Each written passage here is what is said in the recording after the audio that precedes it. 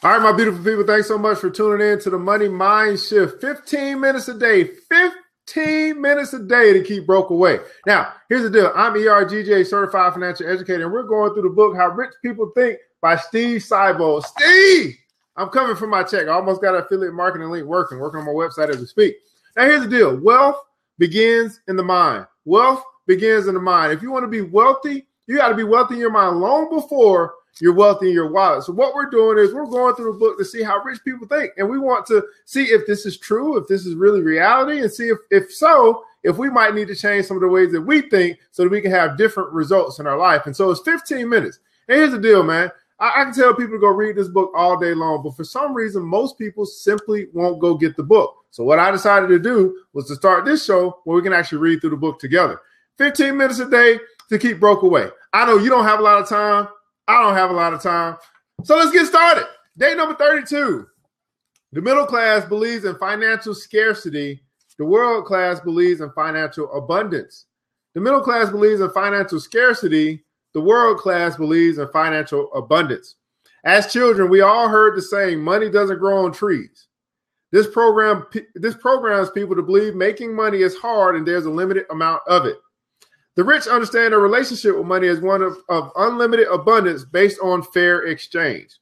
The rich understand their relationship with money as one of unlimited abundance based on fair exchange. Now you got to ask yourself, you probably heard that money doesn't grow on trees before. And what subliminal message does that actually send to you when you hear that over and over and over again, as if money is very scarce to come by, and that's kind of the message I believe that I heard growing up as well. Now, figuratively speaking, money does grow on trees, and the trees are ideas. As long as man walks the earth, we will have problems that need to be solved by creative ideas. And the more problems the performer solves, the richer she becomes. Now, we continue to say this, I think the message is going to transcend throughout the book. If you want to be rich, two things to focus on: solving more problems and serving more people. There are plenty of problems. No matter where you go, there are going to be plenty of problems that need a solution. And if you can find a problem that's big enough and you can bring a solution to it, and that solution is going to serve enough people, guess what? You're going to get rich. That's just what it is. You're going to get an abundance of money coming your way because you're solving more problems, and those problems are serving more. Those solutions are serving more people. So while the average person is operating from the faulty belief that money is scarce and difficult to earn, the rich are operating on the belief that money is abundant, and earning it is as easy as solving a problem through persistent, creative thought. Now, I was reading a book called The Strangest Secret. It said, what's wrong with men today? And he said that the problem with men today is that men simply don't think. And I find that to be a problem with a lot of people that don't have the financial resources that they love to have. They simply don't think of creative ways to solve problems and to serve people. And so their day is filled with a whole bunch of hustle, a whole bunch of doing stuff, but really no real time set aside to think. Think about it. I got a job. I work 9 to 5. I got to get up at 7 in the morning, prepare for work, sit in traffic, go to work, get the lunch, get the break, come home, sit in traffic, get home at 7. Now I got family to deal with. And then it's time to go to bed. Eat dinner, it's time to go to bed. At what point in time did you set any time aside to just think? And I'm telling you guys, if you take time to think, you take time to get into this gold mine that you have, you start recognizing, you already see the problems, but now you got to get into the gold mine and start thinking about solutions that you can bring to the earth. This is where the money is. This is where you can actually put yourself in a position where you determine your own paycheck because you're bringing solutions to the problems that are in the world. This is why world-class thinking is the most valuable skill you can acquire. World-class thinking is the most valuable skill that you can acquire. The masses are conditioned from one generation to the next to hoard their money and pray they don't run out before they die. This playing not to lose strategy guarantees a life of fear and scarcity. The rich see this as preposterous, if not plain stupid. But to a fear-based thinker whose top priorities are safety, security, and comfort, it makes perfect sense. So you got to ask yourself, what are your top priorities? Are your top priorities safety, security, and comfort? Well, if so, then you could find yourself in a position where you're playing not to lose. Now, we know what that looks like, right? We've seen basketball games or football games where we're like, they take the pedal off the gas and they're like playing not to lose. They got the lead and they're like playing not to lose. And then all of a sudden the other team comes back. Like there is no playing not to lose. You always play to win the game. And playing not to lose, 99% of the time ends up causing you to actually lose the game. And I don't want you to lose the financial game. Don't take your foot off the pedal. Go after the throat. Play to win the game. If you up 55-10, make it 64-10. It doesn't matter. Keep playing to win the game. Don't play not to lose, because as soon as you get to that place of playing not to lose, you're playing from a place of fear and scarcity. You're not playing from a place of faith and abundance. Let me say that again. As soon as you get to the place where you're playing not to lose, you're playing from a place of fear and scarcity instead of a place of faith and abundance. This strategy offers little hope of acquiring substantial net worth, and few realize they dug their own financial grave years before when they bought into a series of middle-class beliefs that would limit them forever. The masses think getting rich is primarily external, while the world class knows it's an inside game.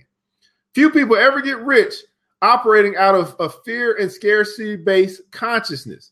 Those who do rarely enjoy it because they are always afraid of losing what they have. Fear-based thinking attaches itself to everything that enters your mind. The good news is love and abundance-based thinking does the same thing. So the trick is to program yourself to believe in the never-ending abundance of money. This is backed up and proven by the philosophy stating if money flows to ideas that solve problems and ideas are limitless, money therefore must be limitless. Again, this is backed up and proven by the philosophy stating if money flows to ideas that solve problems and ideas are limitless, money therefore must be limitless. Once you understand the impact of this philosophy and integrate it into your consciousness, you are on your way to a life of economic prosperity most people only see in the movies. Man, if if money flows to ideas that solve problems and ideas, I think we can all agree that ideas are limitless, then money therefore must be limitless. Hey, you want to have that money coming to you, man. You got to get into the idea. You got to become an idea person, man. You got to become an idea person. Now, here's the quote of the day. If a person gets his attitude towards money straight, it will help straighten out almost every other area of his life. This is by Billy Graham. Wow. It said, if a person gets his attitude toward money straight, it will help straighten out almost every other area in his life, by Billy Graham. Now, here's the deal, guys. Here's our critical thinking question of the day. Again, this book has a quote of the day, critical thinking question of the day, and an action thinking step of the day. Do you believe you have the potential to earn as much money as you wish? If not, why not? If so, do your actions reflect your belief? Now, here's the deal, guys.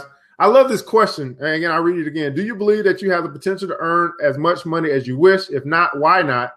If so, do your actions reflect your beliefs? And I think this is a problem with many people. You could say today, yes, I believe that I can earn as much money as I wish, but then you got to ask yourself, well, do your actions reflect your beliefs? We have a lot of people that believe a lot of things in this world.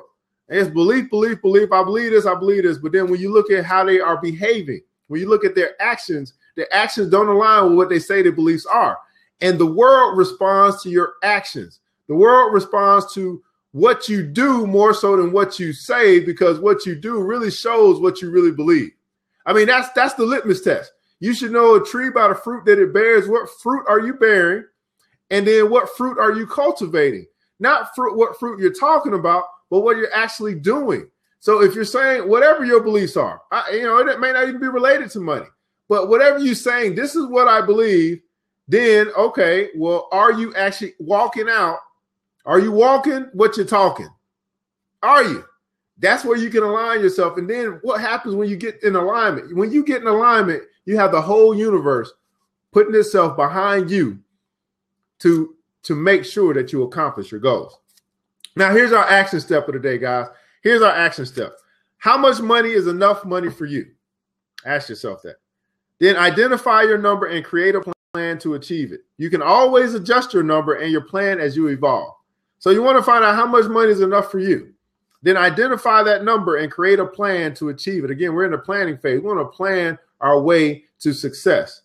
You can always adjust your number and you can always adjust your plan as you evolve. And as a matter of fact, it's going to evolve because you're going to actually start hitting these numbers and you're going to set higher numbers. You're going to get better plans. You're going to have bigger goals. But the key is, guys, that you got to solve problems and serve people. And but we really have to change our consciousness and become idea generating people that actually solve the problems. And then the solutions we actually use to serve more people. Well, here's the deal, guys. 15 minutes a day to keep broke away. 15 minutes is all it takes. And so, again, I recommend that you get this book. I actually have my affiliate link up soon. You can actually buy through me. You can buy through me. But, hey, man, it's 15 minutes a day to keep broke away. We're here Monday through Saturday at 8 a.m. I'm ERGJ, your certified financial educator. I'll be back here tomorrow at 8 o'clock. And the question is, will you?